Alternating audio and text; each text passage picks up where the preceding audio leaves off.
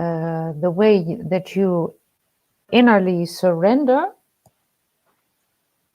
to just go there, be there, and then trust your intuition. Don't make too many plans. If you go for a week somewhere, don't write a program for the whole week. Just let the program evolve, and you will feel day by day where you have to go or what you have to do. And if you speak about the longing of go to a place, let's say, for instance, in the south of France, it could be the Pêche Cardoux, which is very feminine, very embracing, very supportive to whatever you want to meet in yourself. It could be that when you are there, you are confronted with what is blocking your light, why it's difficult to connect with your light. I mean, actually, it's easy to connect with your light, but we think it's not easy, or we think the light is not there, or we think the light is not strong enough, huh? Mm-hmm. But the preparation is always like, okay, set a wish, set an intention, ask for guidance. That's the way I do it. Ask for, if you believe in them. I'm working with the Ascended Masters. That sounds a little bit like, she's working with Ascended Masters. But I just ask for their presence. And you can do the same with guardians and those who are present on a place that you are going to. So if you are going to a special place and you want to meet your light or to feel your light stronger, or whatever your wish is, bring it out in the universe, bring it out, connect with the place, because there are light beings on the place, there are guardians on the place. Try to connect energetically with the place before you go, and send out your intention, send out your wish. And when you are there, it's good to do a step back, not let your personality be the guide, but let the energy and the frequencies of the place take you, carry you, speak to you. And to have a relationship with something as an ascended master or Yeshua or Mary Magdalene, a part of that is learning that vibration of what it feels like to be present with it, almost as if it's inside of you. And what these sacred sites do is amp all of that up to where you can feel vibrations more easily, and your body seems to kind of pump up with that energy. Like your psychic abilities seem to increase when you're there, and that's why we love going to these places. That's true. It's much easier there to feel parts of yourself that you are longing for, or want to have a stronger connection with, because the veils, I think, good pronunciation, they are much thinner there. Yeah. Oh, yes, the So veils. it's very easy to plug into higher dimensions and to plug in to higher parts of yourself. Yes. It seems like that's very true with around Renly Chateau, particularly. Yeah, that's true. Absolutely. Yeah, I've never been disappointed going somewhere. Maybe the only disappointment I had was because of my own expectations. Like when I first visited the Mont Ségur, which is one of the longest, one of the Cathar castles. Yes. And I expected to have a strong emotional experience there because I feel very connected with them. So when I walked into the castle, and I was with my daughter, she immediately ran over to a place and knew I have to sit here and it's going to happen here. So she got into meditation and I was like, I don't know where to sit. I don't know what to feel. Actually, I feel nothing. And suddenly I realized it were my own expectations. And when I could set those aside, then voices came in like, just be, you just have to be here. You don't have to do anything. You don't have to experience anything. Just be. Yes. And And then the connection comes with the place. that one's a very interesting place because of the big curse put upon it that has kind of shut it down, but yet there's very a different form of a message. I always felt like was at Montsegur. It held a lot of sadness, and it was purposely designed that way uh, due to the all the people being killed there that's hung around. I think there's probably that hundreds of thousands of people who've tried to lift that off. Lift off the curse. We're going to make Montsegur this dynamic beacon, and I just wonder if it's not supposed to be that way. We have something like Renly Chateau or Pic de Boucarache or Peche Cardu or other ones that are more of those beacon sites that radiate that. And doesn't mean that, Montsegur is less important. It's very powerful. But it just has a different message. It's absolutely true that the sadness is there, and my experience was maybe it's also where do you plug in, eh? Yeah. Or where are you plugged in? It's that's the better way to express it, because if you really surrender, then that's my experience. Something takes over. And I was really connected. I heard the songs they sang when they walked out of the chateau in the direction of the fire. And I felt their belief of, which was so strong. And if you speak about surrendering and doing your mission and being convinced that no matter in what way you are killed or you are going to the other side, the light is waiting for you. And that's what I felt so strongly. Wow. And it really, really shows that everything doesn't have to be this happy, loving light source, but it's such a great story of courage and commitment, conviction with Beautiful that words. that comes on that. And I just wanted to say to everybody that we have Mieke Vulink, and I want to spell that name, MIEKE VULINK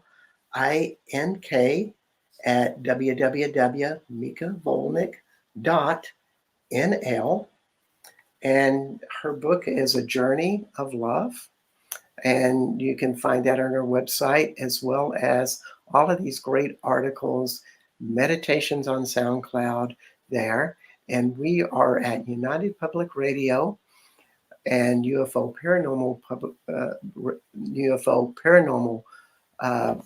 Network, 107.7, 105.3 on Roku, Facebook, YouTube, and other devices. And if anybody has questions for Mieke, please send them on the chat. We just had some technical issues, I know, to begin this show, and we've gotten them solved.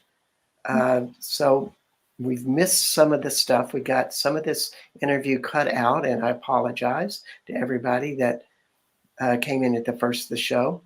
and it was probably blank. But here we are. We're going to go a little bit later than usual. You know, I wanted to ask you about Pesh Kardu now, to give people a little bit of information. There's the Peak de Bugaraj, which is the Stargate Mountain, and that's kind of this big power source. But right down the valley, probably 10 to 15 kilometers, is Pesh Kardu, which holds a feminine balance. Some people call it Mary Magdalene's Mountain. And you've always, you've had some very interesting perceptions about what you thought Pesh Kardu was all about. And I just wondered if you could share that. Yeah, it's like you say, it's a feminine energy over there. And it was interesting because I had read about a chateau opposite to the Pesh Kardu. It's a Chateau de Blanchefort. And the owners of the chateau were connected with the families in the bloodline of Yeshua and Mary Magdalene. Wow. And when I say that, I know there will be people who think, oh, that is nonsense, but I strongly believe that it's true. Otherwise, I would not be able to say it. That's also interesting. I cannot say things to make it more interesting if it's not true. I can only speak true. Yes, and there's a lot of beliefs there that Magdalene lived in this area as well as Jesus, and Blanchefort is this chateau, or I always thought it was a fortress, but of course the chateau is a fortress. Excuse me, just on an opposite hillside with a river running right through it, and it's hard to really identify. There's one little bitty trail that goes up there. It's not easy to find, actually. However, tell us more about these bloodlines and the mysteries of Kardu. Well, the Kardu, it's what you said, and many people think, and I also think that Mary Magdalene was there. And I also think that Yeshua was not, he didn't die with a crucifixion. I think he had a time to heal in Israel. And what's difficult not to go on many side paths of the story. So, okay, let's go back to the Pesh Kardu. Yes, let's get to the juicy parts. Well, very juicy is that many people are convinced that the body of Mary Magdalene is there. Yes. And that would be one of the reasons why the energy of the mountain is so feminine. But let's say, truly, I don't know. I think maybe when we are once above the veils, maybe then we know. Anyway, we will know more than we can know now. But the energy of the Pesh Kardu is, I think, there are a lot of crystals in it, and the geometry of the mountain is exactly the same as the geometry of the Temple of Solomon, the first temple. Wow. So it has a strong connection with Jerusalem. And the day that I was sure that we were going to the Pesh Kardu, it was July 7, so it was 7/7, Portal Day. And first I saw on the left side, opposite to the Pesh Kardu, a small chateau. So, and I was immediately drawn there. So we went over there, I got into meditation, and I saw really a whole area of tunnels, underground tunnels. And many of them went to the Pesh Kardu. And I got the information that in the Pesh Kardu, in the mountain, are 12 tunnels. And I once tried to check that on the mountain when we climbed all to the top. And then I found out that there are a lot of ancient mines in it, already from Roman times. So that could be connected. It's working again, eh? The Oh, yes. comments are coming in. Yes, it is. I kind of was neglectful. Please Yeah, continue on. yeah, okay. If I, So we were at the castle, and I had these images of these tunnels in the Pescardo. Then we went back to the road, and there is a small river under the Pescardo.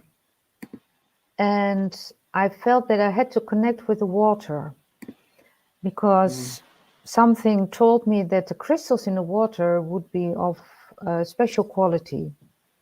So I went in with my daughter, and again we started to meditate. We always, and maybe it sounds like, oh, meditating, sitting like this, but it's just closing your eyes, going inside with your attention, feel how you feel, and let the place talk to you, or let the signs come to you. We got a lot of nature beings, butterflies came. I don't know the word in English, doesn't matter. But then the water made us so happy, and we became so joyful and it was a very sunny day, that we got the idea of baptizing each other. And so from a lot of joy, our emotions changed into feeling very holy. So we were going to do this baptism of each other, improvising, because I never did it before. And then I felt Yeshua coming from the mountain. I could better say the fields of the consciousness of Yeshua. Maybe the wow. Christ consciousness field, however you want to call it. And this field surrounded us while baptizing each other. And then later I read in other books that we baptized each other on a place where both Mary Magdalene and probably Jesus also had baptized, it Wow. seems. So were you on the side of Cardew that was on the town of Serres, or were you on the side were you on that side? Yeah, on the side of Serres. Yeah, Serres. Okay. Yeah. That is a very pristine stream. It does Yes. have a wonderful vibration. And the Yeah. city park there Yeah. really has a wonderful channel with Yeah. Mary Magdalene. Yeah. I go there That's and nice. meditate a lot. Yeah. Yeah, And it's very special. Also the church of Serres on the opposite side of the road, and the chateau that I spoke about before, that's connected with Templars. And maybe it's interesting to say that about the sacred geometry. Maybe not everybody knows what sacred geometry is, but for instance, if you take something that is given to us by nature, take a cabbage, and you cut it into two and you open it, then you see patterns that really match with each other. Everything that is, how can I say, that was created by the real divine forces of creation has sacred geometry. And the sacred indeed. geometry is in the area around Rennes-le-Château very strongly present. So all the castles and the churches and the mountaintops are are of equal distance with each other. They are. And there are maybe hundreds, maybe more, thousands of books written about this subject. Oh, yes. So if you live in an area, if you walk or you take a week for a group, for instance, with you, Bart, just being in the energy of the sacred geometry is a lot of your own inner higher self. Yes. And it's just so ironic that, all of these peaks seem to have almost an exact geological relationship. Um, and yet they're mountains that Mother Nature has pushed up and shoved up, and in the ley lines are interconnected, um, all throughout Europe, even, Mm-hmm. connecting with such places as the Giza Pyramid and Mount Sinai, Mm-hmm. that all come to this area. Mm-hmm. And I always think that this is something much more ancient than something like Atlantis. This could be 100,000 years old, Mm-hmm. or something of that nature. And this raw, refined, specific consciousness has been there percolating all of this time, Mm-hmm. for all of us to share and experience. And it just seems to pop up. You shared with me when I visited with you a little bitty town that you said had a lot, that was across the valley on another mountain peak close to Ridley Chateau. Mm-hmm. And there was a lot of white goddess sightings there. And Mm-hmm. it was really phenomenal. I went investigated it, of course, being a curious person I am, and my God, the energy and the vibrations feel almost like a a Mother Mary vibration. It has a Ah. very specific vibration, and if you go to a church like Notre Dame de Sales, where Mother Mary appeared in an apparition, it feels very close to that vibration. Mm-hmm. But yet, right there, at this little house, it's a little, I don't even, you can't even call it a village. I think its name is Yasu.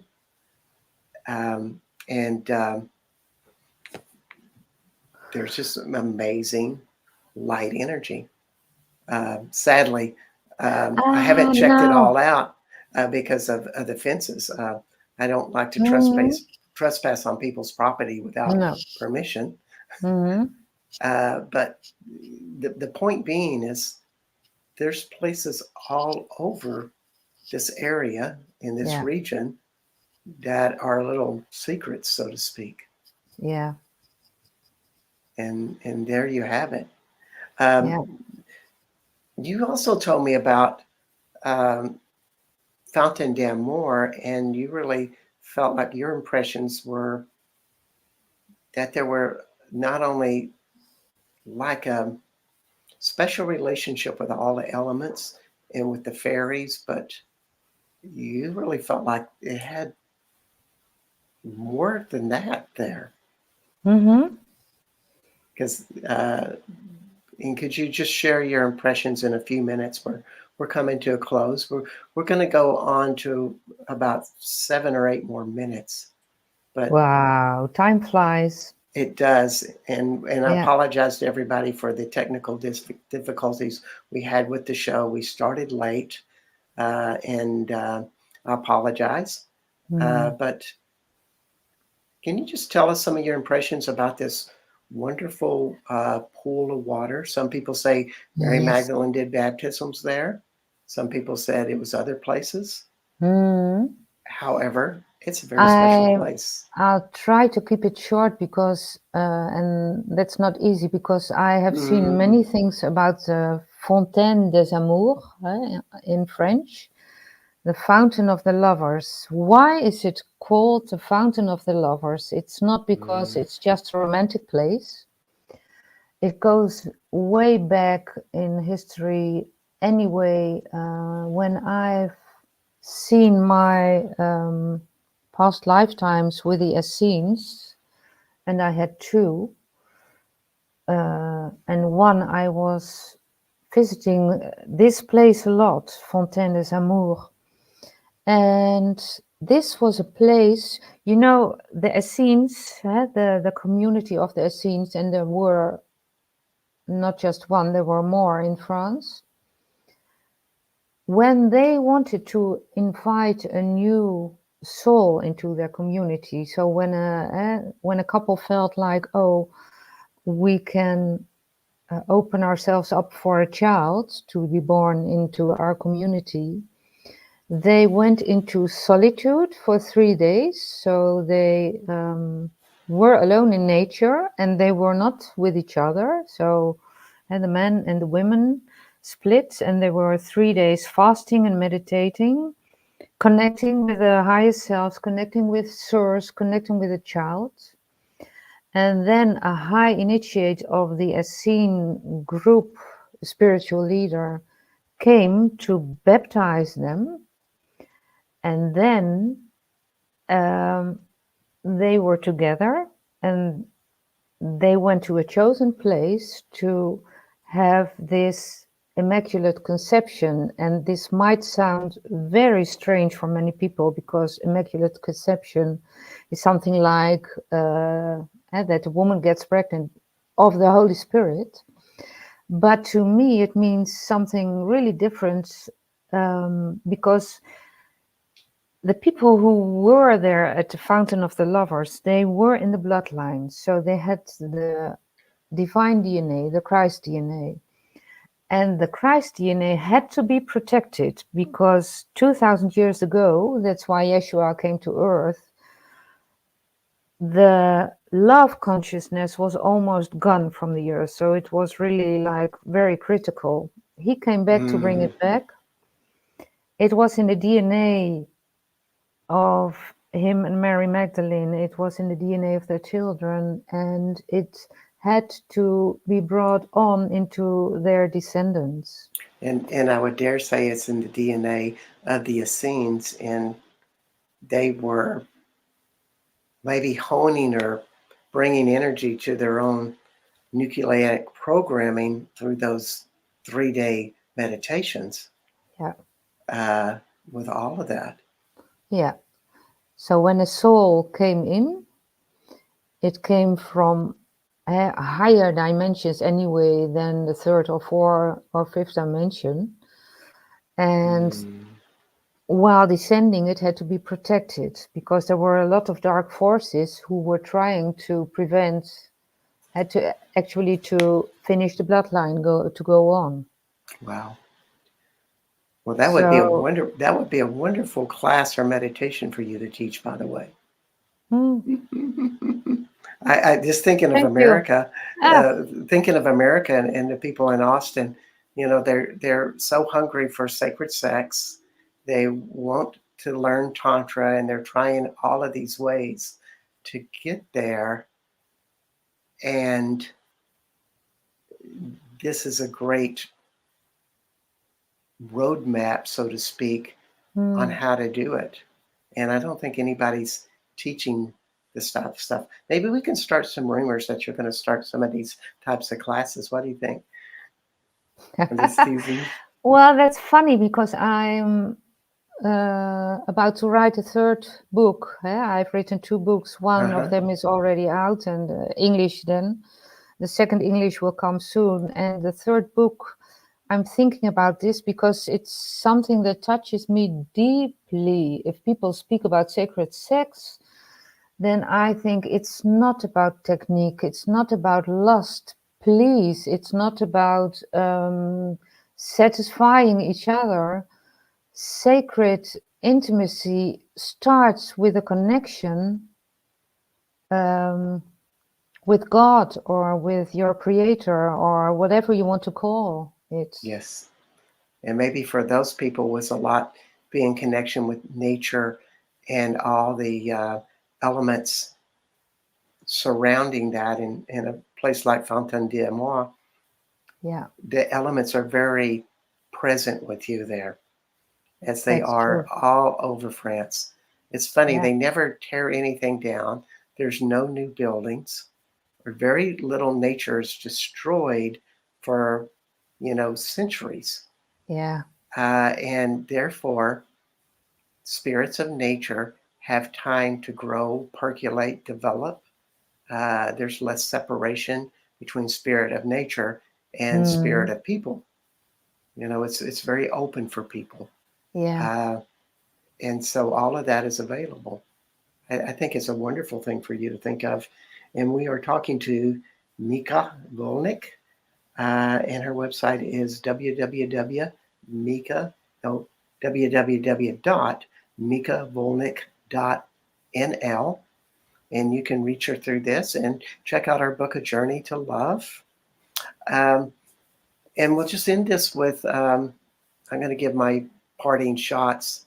But if you have a word of wisdom or a message you think this book has to offer that you want to share, we'll end with a 1 to 2 minute message with that. So you think of that.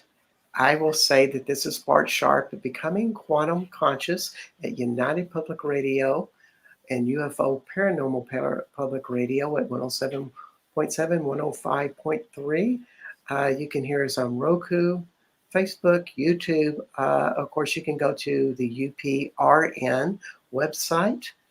All of those places are available, and we really thank you for coming in today and sharing this wonderful wisdom that Mieke has flourished in, and with her book, A Journey to Love. So, what parting words you have? I think the most important message is, if you're going to read the book, imagine that you are going with me on that sacred quest, and whatever you read, behind the words is this master encourager that is actually trying to tell to you, stop denying your divinity. Surrender yourself to the love which will come to you from always, from inside, from outside. While reading the book, you will feel it. Because I'm very vulnerable and open and honest about my own fears and what is keeping me away from my belief in my divinity. You need to dare to say, yes, this is what we all have inside, me too. And if you really start to acknowledge your divinity, then really your life changes. So I'm really inviting you to go on this trip with me. Yes. And with Bart, because you are going to take people there. It is, and it's just a wonderful place to be. And these stories you've related today are just precious, and they're very unique. And you know, that's the specialness of what you share with the world. So I thank you so much for being on the show today, Mieke. And you know, I'll see you in France, if not before another time. Would be great. I'm looking forward to it. Thank you very much. And I've done it with great pleasure.